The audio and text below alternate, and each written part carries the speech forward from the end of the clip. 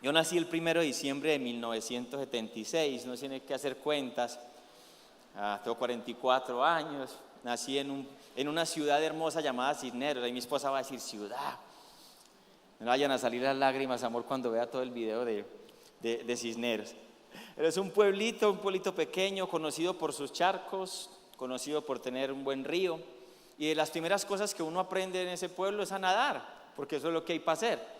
Entonces hay que nadar y hay que aprender a hacer sancochos o frijoles o arroz con leche en el río. Y si uno quiere los mejores charcos, tiene que ir río arriba. Mientras más río arriba vaya, va a encontrar los mejores charcos. Pero ir cada vez a buscar los mejores charcos, ir río arriba, no es fácil, el camino es más difícil, requiere más esfuerzo. Y además, si va uno a hacer sancochito o frijoles o arroz con leche, tiene que cargar la leña, tiene que cargar las cosas, se hace más difícil. Pero siempre las cosas que requieren mayor esfuerzo son las mejores. A veces yo me frustro espiritualmente cuando pienso que estoy madurando y subiendo en conocer al Señor y en lo que Él me ha dado a hacer, y como que digo, no, ya la voluntad de Dios tiene que ser más fácil. Y no, todo lo contrario, es como que mientras más uno crece, más la voluntad de Dios se hace difícil. ¿Por qué? Porque cada vez, si quieres crecer en el Señor, necesitas desarrollar más fe, necesitas esforzarte más, necesitas orar más, necesitas adorar más. Recuerdo una frase del pastor Matt Barrenson que dijo: mi llamado es doble, es consolar a los afligidos y afligir a los cómodos. Debemos estar atentos a las necesidades de las personas más vulnerables, pero tenemos que también no dejar que la gente se nos acomode, sino estar inspirándolos para que no se estanquen y puedan servir al Señor hasta el último aliento de sus vidas. ¿Cuántos saben que no es lo mismo la guardería que la primaria? ¿Y cuántos saben que no es lo mismo la primaria que el colegio, bachillerato? ¿Y cuántos saben que no es lo mismo el bachillerato que la universidad? ¿Y cuántos saben que no es lo mismo la universidad que ejercer? Cada vez es un reto mayor y cada vez requiere más fe y cada vez requiere más esfuerzo. Y si nos acomodamos, nos estancamos. ¿Cuántos saben que no es lo mismo estar soltero que casado? ¿Y cuántos saben que no es lo mismo estar casado que con un hijo? Y que con 2, y que con 3, y si le suma un perro, más responsabilidad, más fe, más esfuerzo. Pero gloria a Dios por esas hermosas responsabilidades que son los hijos, sin los cuales yo creo que no podríamos tener ese gozo de estrenar la otra mitad del corazón. Y todo funciona así en la vida. Usted tiene un llamado a la política, pero es muy chévere cuando tiene el llamado, pero cuando empieza a prepararse para ese llamado se hace más difícil. Y cuando va a hacer una campaña para ese llamado, más difícil. Y quizás fracase, entonces más difícil. Y cuando está ya ejerciendo el llamado es más difícil. Requiere más fe, requiere más esfuerzo. Y si usted es un deportista, listo, usted se levanta, entrena por hobby, pero cuando ya se le convierte en una responsabilidad y tiene que presentarse a un equipo para ser evaluado, se hace más difícil. Y si llega a ser profesional, se hace más difícil. Y si lo transfieren a un lugar exterior, se hace más difícil. Cada vez más fe, más esfuerzo. Y eso es ir río arriba. Pero las cosas que valen la pena en la vida requieren fe y esfuerzo. Fe y esfuerzo. Y lo mismo pasa con la iglesia. El lunes 21, que el pastor Andrés cumplió año, la pastora Katy me dijo que su deseo era ver las multitudes hechas discípulos en el río del Espíritu Santo. Su deseo es ver la visión de Dios en su vida cumplida, pero también está la visión de Jesús. Ver las multitudes hechas discípulos en el río del Espíritu Santo. Queremos que la iglesia cada vez crezca más, no, que cada vez florezca, que cada persona desarrolle su llamado, que formen familia los solteros, que sean hogares restaurados, que cada vez tengamos más personas discipuladas, pero al mismo tiempo con influencia dentro de esta sociedad, que cada vez prosperemos más. ¿Pero qué requiere eso? Más esfuerzo, más líderes, más recursos, más personas comprometidas con la visión de Cristo y con la causa del Señor. Pero todo lo que vale la pena en la vida requiere más fe y más esfuerzo. Como decía Juan de ahora, la visión, nosotros simplemente estamos recibiendo una visión y continuando una visión, pero en este tiempo ha sido un gran reto, porque el mundo vive cosas que nunca antes habíamos vivido, tantas cosas han cambiado y en el camino nos ha tocado hacer muchos giros. Nos tocó hacer giros dentro de nuestro staff, cosas muy dolorosas. Nos tocó hacer giros para hacer muchos procesos online que no los teníamos. Y no fue fácil. Y después, cuando pudimos abrir la iglesia, después de muchos meses cerrada, había que establecer todo un protocolo de bioseguridad. Y eso no es fácil. Y que el gobierno lo aprobara, tampoco es fácil. Y después, que la gente no tuviera el miedo de venir. Y que tuviéramos los voluntarios también que pudieran venir a servir. Pero hasta aquí nos ha traído el Señor. Pero ¿sabe por qué ha sido posible? Primero, por la presencia de Dios. Y segundo, por tener gente como ustedes. Otro fuerte aplauso para ustedes. Estaba hablando con el pastor Cristian esta semana y tiene que ver con lo que el pastor Andrés también estaba diciendo. Mire, es difícil remar en contra de la marea. Es muy difícil. Y quizás todos estamos esperando que la marea cambie para que se haga fácil y podamos llegar donde el Señor quiere. Pero si no estuviéramos remando en contra de la marea, ya estuviéramos en alta mar. Ya nos hubiésemos resignado a esta situación y muy seguramente muchos de nosotros estaríamos a punto de tirar la toalla o muchos la habrían tirado. Pero con esa fe y ese esfuerzo seguimos remando y va a llegar el momento en que Dios cambie la marea y vamos a llegar donde Dios quiere que lleguemos, haciendo lo que Dios quiere que hagamos y honrándolo y glorificándolo a Él por eso. Nuestro enfoque en este tiempo ha sido el discipulado, recordando la gran comisión, pero también sabemos que no solamente estamos haciendo discípulos acá para la casa, sino que queremos personas de influencia en cada una de las esferas de la sociedad y que siempre lo que nos inspire sea el amor por el Señor, el amor por la gente, el amor por lo que hacemos. Hay 4 formas en que hacemos esto. Como protagonistas, a muchas personas, cada persona tiene influencia, pero hay unas personas a las que Dios las ha llamado a lugares más altos, a tener una influencia mayor o digamos una influencia en unas esferas más públicas. Pero también la otra forma es ser un asesor o un mentor, y Dios ha puesto personas detrás de esas personas de influencia para que puedan hacer la obra de Dios y puedan estar acompañados en hacer la obra de Dios. Pero también muchas veces Dios te llama a ser un rey, a levantar finanzas para que el reino de Dios sea extendido. Y lo que estoy seguro es que Dios a todos nos llama a interceder. Y por eso también he traído la serie de la vieja confiable. Y por eso dejé el punto de intercesión de cuarto. Porque mi anhelo con esta serie es crear una cultura de oración, porque yo creo que todo lo que hacemos en la vida tiene que estar bañado en oración. Mire, la oración no solamente tiene el potencial de cambiar las cosas externas, el mayor potencial de la oración es que me cambie a mí. Cuando yo en la oración siempre estoy teniendo un encuentro con Dios, mi corazón es renovado, mi corazón es transformado, cambia mi vida. Pero hoy los quiero llevar a otro nivel de la oración. Y es el nivel de escuchar a Dios para dar no solamente un paso de fe, sino para caminar en fe. Diga conmigo, escuchar a Dios para dar un paso de fe y caminar en fe. Recuerdo la historia de una chica que trabajaba ayudando a las prostitutas, y un día que salía para su trabajo, escuchó la voz del Espíritu Santo a su corazón que le dijo: empaca otras medias de lana largas.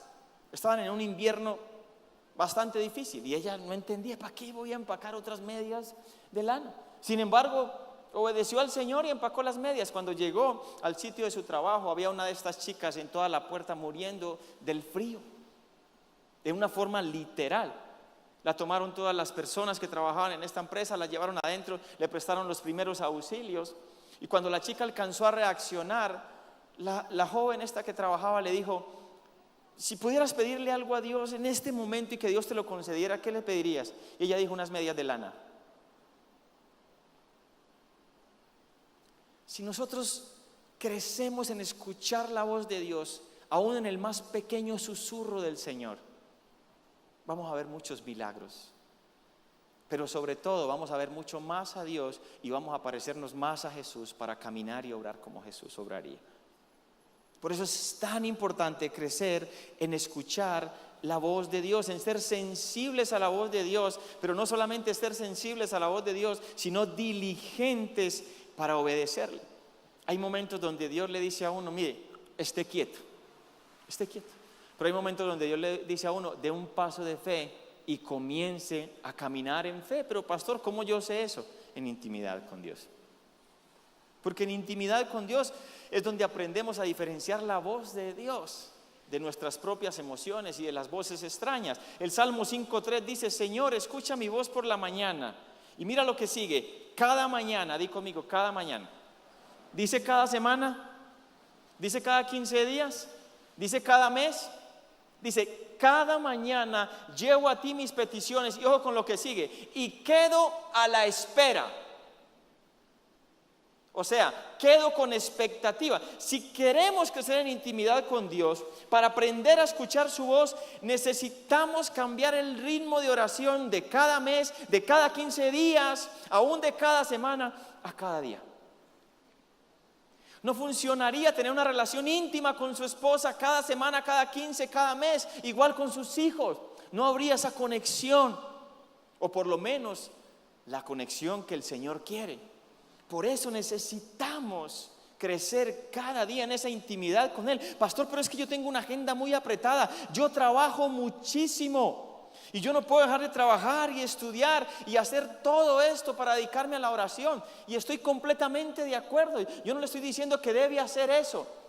Pero imagínese, haga un cambio en su vida y empiece a involucrar a Dios en todo. Empiece a orar por su trabajo. Usted tiene una agenda con citas con personas todo el día. Que esa agenda se vuelva una agenda de oración. Ore por cada persona con la que va a tener una cita. Ore por cada persona con la que se va a encontrar. Ore por lo que tiene que hacer en el trabajo. Y usted puede hacer eso en cualquier momento. Como un ministerio que dice que la oración no es el primer punto en la agenda, sino que la oración es la agenda. ¿Qué puede pasar si nuestra vida gira de esa manera? Cada mañana llevo a ti mis peticiones y quedo a la espera. ¿A la espera de qué? De escuchar tu voz, de ser sensible a tu voz y diligentemente obedecerte. Y muchas veces Dios va a decir que empaques otras medias. Cosas sencillas pero poderosas. Porque esto me habla a mí de esos detalles de amor de Dios. Eso es un detalle milagroso de Dios. Es impresionante cómo Dios piensa en cada persona. Con razón dice que no cae un pájaro sin que Él lo sepa. Pero a veces Dios nos va a susurrar o a decir cosas en esas oraciones que van a ser muy locas y muy difíciles de llevar a cabo y difíciles de dar un paso de fe. Josué 1:2 dice, Dios le dijo a Josué, mi siervo Moisés ha muerto, por lo tanto ha llegado el momento de que guíes a este pueblo, a los israelitas, a cruzar el río Jordán y entrar en la tierra que les doy. Versículo 3, te prometo a ti lo mismo que le prometí a Moisés, donde quiera que pongan los pies los israelitas, estarán pisando la tierra que les he dado. Dios está diciendo, la promesa está vigente. Y ha llegado el momento en que esa promesa se cumple. ¿Cuántos quieren que Dios les diga eso? Ha llegado el momento en que la promesa que te hice se va a cumplir. Todos queremos eso. Versículo 5, nadie podrá hacerte frente mientras vivas, pues yo estaré contigo como estuve con Moisés. No te fallaré ni te abandonaré. ¿Y cuántos quieren que no solamente Dios le dé la promesa, sino que tengan al Dios de la promesa? Eso es lo ideal, ¿no? Cuando el Señor le dice a Moisés, lleve ese pueblo allá, pero yo no voy con ustedes, les voy a dar todo. Dios de Moisés dice, no, si tu presencia no va con nosotros. Pero tener la promesa y al Dios de la promesa es lo ideal. Pero ¿qué le dijo a él? Tienes que cruzar el Jordán. ¿Era una orden fácil? Era una orden loca, dificilísima. ¿Sabe qué es lo que es cruzar un pueblo de más de 2 millones de personas en el tiempo en que el Jordán es más crecido? 2 millones de personas que incluyen mujeres, niños y gente que sabe nadar y otra gente que no sabe nadar. Es loco. Y Dios pide muchas veces cosas así, locas, que se salen de nuestra lógica y de nuestras razones. Pero la vida con Dios es una vida por fe. Mas el justo vivirá por fe. Después le da la estrategia: dile a los sacerdotes que levanten el arca del pacto, que simboliza la presencia, y que ellos entren primero al río Jordán. Cuando sus deditos se mojen, voy a abrir el Jordán y ustedes van a pasar como tierra seca. Si nosotros somos Josué, ¿qué querríamos? Abre el Jordán y yo meto los pies. Pero Dios dice: no, meta los pies y yo abro el Jordán. Y cuando estas órdenes son tan locas, uno que dice: y donde mandemos estos manes, metan los pies y se los lleve ese río abajo. Muchas veces sabemos cuál es el paso de fe que hay que dar, pero nos da miedo.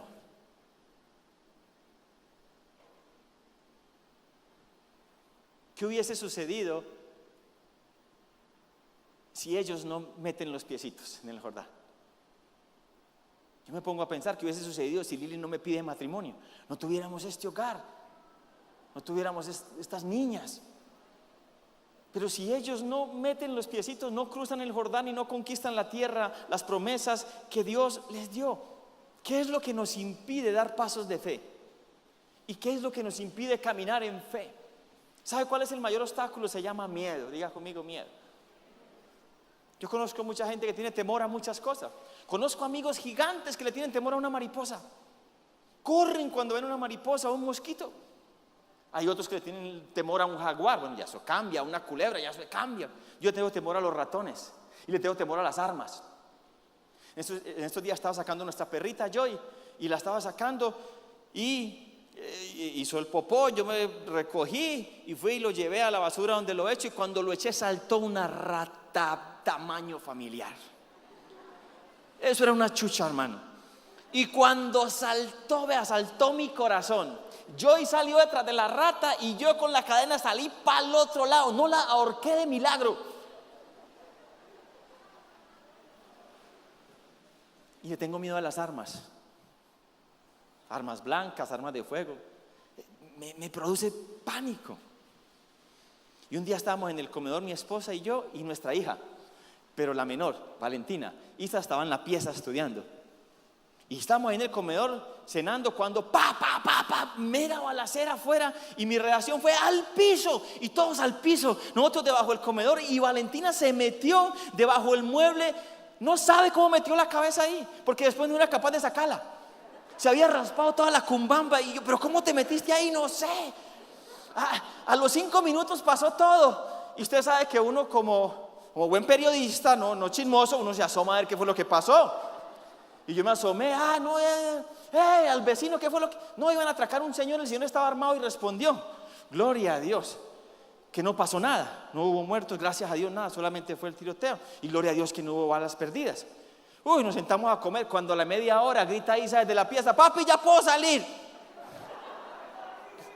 Isa me dijo que no contara eso, que porque iba a salir con el tapabocas tapándole la cara hoy de aquí. Pero muchas veces es lo que hace el miedo, nos mete por tiempo escondidos, sin dar el paso de fe que Dios nos está llamando a dar. Es el enemigo. Permítame ilustrar esto de otra manera, porque el miedo a fallar nos limita. Y somos como que: ay no, Señora, abre el Jordán, tú puedes, tú eres el Dios de lo imposible. Y Dios dice: mi hijo, mójate los pies, porque hasta que no te mojes los pies no vas a ver el Jordán abrirse. Voy a ilustrar esto con la historia de los discípulos en medio de una tormenta. Y es una tormenta difícil. Y en medio de esa tormenta dice que Jesús apareció caminando sobre las aguas. Y todos: uy, hermano, ¿qué es eso? Eso es un fantasma. Y Jesús les dice: hey, no tengan ¿qué? Soy yo. ¿Y qué dice el más atrevido? ¿Cuál es? Si es usted, mi hijo, mándeme ir a usted sobre las aguas, ¿sí o no? Así bien paisa. Y Jesús le dijo: ¿qué? Ven. ¿Qué hizo Pedro? Se bajó de la barca y caminó sobre las aguas. Pero dice que al ver el fuerte viento y las olas, empezó a hundirse. Y cuando se empezó a hundirse, clamó: Jesús, sálvame. ¿Y qué hizo Jesús? Lo que siempre hace: metió la mano y lo sacó. Pero le dice: ¿por qué dudaste de mí? Porque aquel que duda de su palabra, duda de Jesús. ¿Qué palabra nos está dando Dios que estamos dudando? Ahora, para que usted esté en medio del mar, a las 3 de la mañana que sucedió eso, en medio de una tormenta de esas, tiene que estar seguro que Dios es el que le está diciendo ven. Porque si no, no vaya. Pero si usted está seguro que Dios es el que le está diciendo ven, no se quede en la barca, porque si no, no va a caminar sobre el agua. ¿Me están entendiendo? Deben por lo menos un amén audible para saber que me están entendiendo.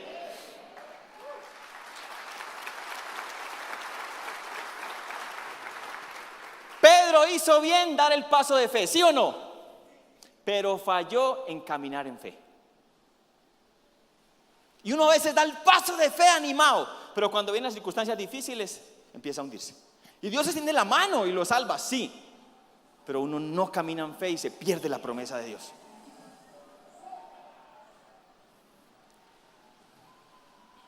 Dios se le apareció a Moisés en una zarza y no se consumía. ¿Y qué le dio? Una orden loca: vaya y libere mi pueblo de la esclavitud. Y yo creo que Moisés pensó: intenté hacer eso cuando tenía toda la influencia. Yo era el príncipe de Egipto, yo era el hijo del faraón adoptado por su hija y no pude. Ahora llevo 40 años donde nadie me conoce, en un desierto, que voy a ir a decirle a faraón. Y muchos creemos que no tenemos lo suficiente para la tarea que Dios nos ha dado. ¿Quién soy yo? Yo no tengo influencia, yo no tengo dinero, no tengo esto, no tengo aquello, no tengo lo otro. ¿Cómo lo voy a hacer? Y gloria a Dios que pensemos así, porque si tuviéramos todo lo que necesita, entonces ¿para qué necesitamos a Dios? El asunto es que aunque pensemos así, creamos que si tenemos a Dios tenemos todo para hacer lo que nos ha dado a hacer. Dios no, es una frase muy vieja para recordar, pero es necesario. Dios nos llama a los capacitados, Dios capacita a los llamados. Y generalmente Dios no nos da lo que necesitamos para cumplir el llamado hasta que lo necesitamos. Pero muchos de nosotros queremos hacerlo antes. Uy, no, yo quiero ser padre de familia cuando haya leído todos los 100 tomos de Ser Padre Soy. Le nace su hijo y puede haber leído los 100 y los 200. Eso es una experiencia única.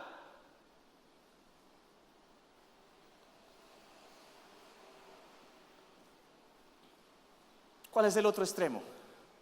Creer que uno tiene todo lo que necesita y no necesita a Dios. El otro extremo es la autosuficiencia. ¿Qué quiere Dios que haga? Tengo dinero, tengo influencia, tengo llamado. Seguro, y si puedes tener el llamado y el dinero y la influencia. Pero Dios muchas veces nos da a hacer unas cosas ilógicas dentro de nuestro mismo profesionalismo. Jesús llega al templo y los fariseos le dicen a Pedro: hey, su maestro no paga impuestos. Sí, mi maestro sí paga impuestos, sin saber si pagaba impuestos siquiera. Y entonces se va a donde Jesús y Jesús ya sabe lo que hizo.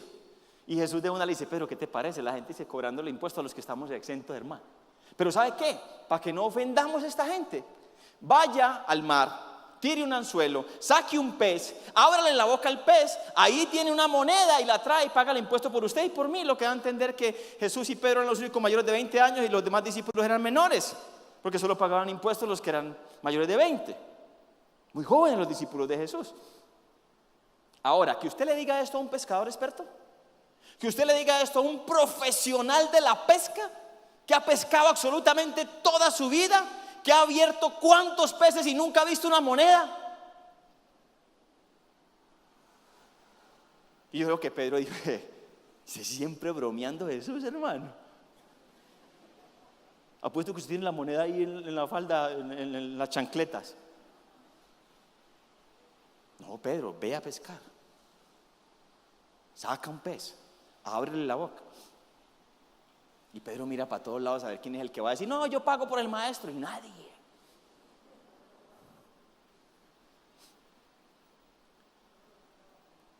La autosuficiencia limita el poder de Dios en nuestra vida.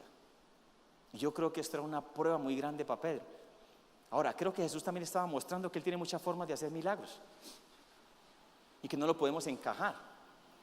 Él podía haber sacado la moneda del bolsillo, de la chancleta o de la oreja de Pedro, pero estaba tratando con su autosuficiencia.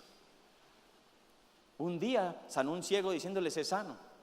Otro día puso sus manos y otro día usó la unción del escupitazo, escupió en tierra, cogió barro y se lo puso. Diferentes formas.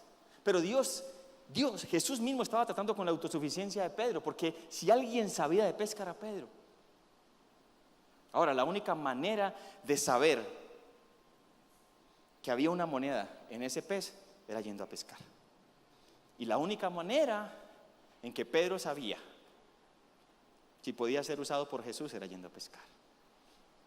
En los dos ejemplos, en el de Moisés, que cree que no tiene lo suficiente, y en el de Pedro, que cree que tiene todo lo suficiente, lo que yo creo es que Jesús quiere recordarnos la dependencia de Él. Cuando crees que no tienes nada y cuando crees que lo tienes todo. ¿Han leído acerca del milagro del maná? El maná caía todas las mañanas, pero cada familia solo podía recoger maná para el día.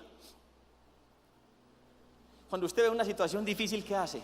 Hay mucho maná, mi hijo, coja para mañana, y coja para el miércoles, y coja para toda la semana. El asunto es que al otro día despertaban y el maná del otro día estaba podrido. Pero cuando era el día de reposo, el Señor les decía: cojan maná para hoy y para mañana, que es el día de reposo, y ese maná no se podría. Diga conmigo, Dios es wow. No, en serio, diga conmigo, Dios es wow. ¿Por qué? Porque si había suficiente maná, no se podía recoger para otro día o para una semana. ¿Por qué? Porque a veces Dios nos da solo lo suficiente. Porque eso nos implica dependencia. Eso nos implica que cada día podamos postrarnos y decir: Señor, dame el pan de cada día.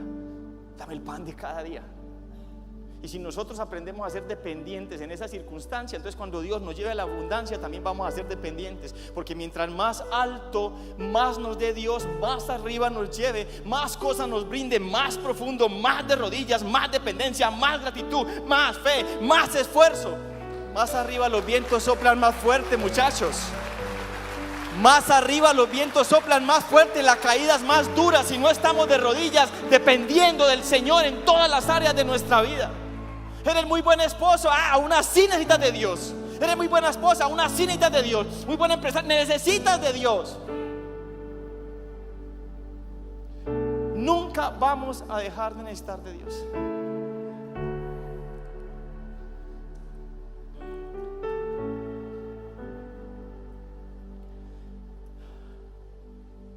Dios quiere que vivamos en una dependencia de Él. La madurez espiritual se debe reflejar en una mayor dependencia de Dios, no menos. Una persona madura espiritualmente se reconoce porque siempre está dependiendo del Señor. Entonces, jóvenes, jovencitas, quiero retarlos a que vamos juntos río arriba en una dependencia de Dios, trazando círculos de oración, cuadrados, rectángulos, no importa la figura, lo importante es que se tomen las promesas y ore, adorando al Señor, pero también escuchando al Señor para dar un paso de fe y caminar en fe. ¿Estás listo para ir a pescar y abrir la boca del pez y encontrar la moneda? ¿Estás listo para ir a decirle a Faraón que deje ir al pueblo? ¿Estás listo, lista para cruzar el Jordán y llevar multitudes a la tierra prometida? ¿Y estás listo para salir de tu zona cómoda y mojarte los pies? Si estás listo, ponte de pie y dale un fuerte aplauso al Señor.